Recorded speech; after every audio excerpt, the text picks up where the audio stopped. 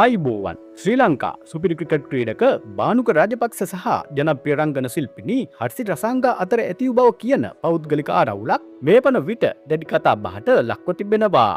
රන් මාලයක් උකස් තැබීම සම්බන්ධයෙන් එල්ල වූ චෝදනාවක් මත තලංගම පොලිසිය විසින් හර්ෂිත රසාංගා අත්අඩංගුවට ගැනීමත් සමග මෙම සිදුවීම කරලියට පැමිණියා.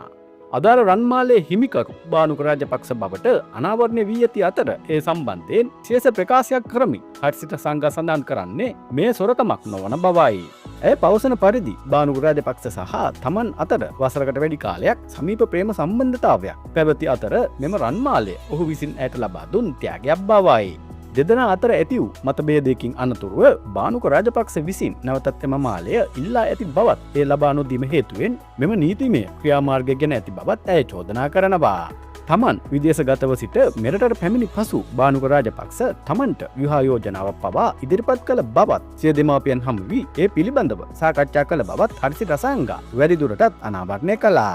එමෙන්ම දෙදෙනාගේම පෙර විවාහයන් සම්බන්ධයෙන් පවතින නීතිමය තත්ත්වයන් මධ්‍යය වූද ඔවුන් අතර දැඩි සබඳතාවයක් පැවති බවයි ඇය ප්‍රකාශ කරන්නේ. මේ අතර මෙම පුවත වාර්තා වීමත් සමග සමාජ මාධ්‍ය ඔස්සේ විවිධ මතවාද පළ වෙමින් පවතිනවා.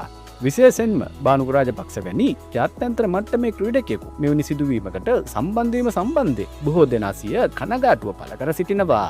ඇතැම් පාර්ශව පවසන්නේ මේ දෙදෙනාගේ පෞද්ගලික ප්‍රශ්නයක් වුවද ඒ නීතිය හමුවට ගොස් ප්‍රසිද්ධ වීම තුළින් දෙදෙනාගේම ප්‍රතිරූපයට හානි වී ඇති බවයි.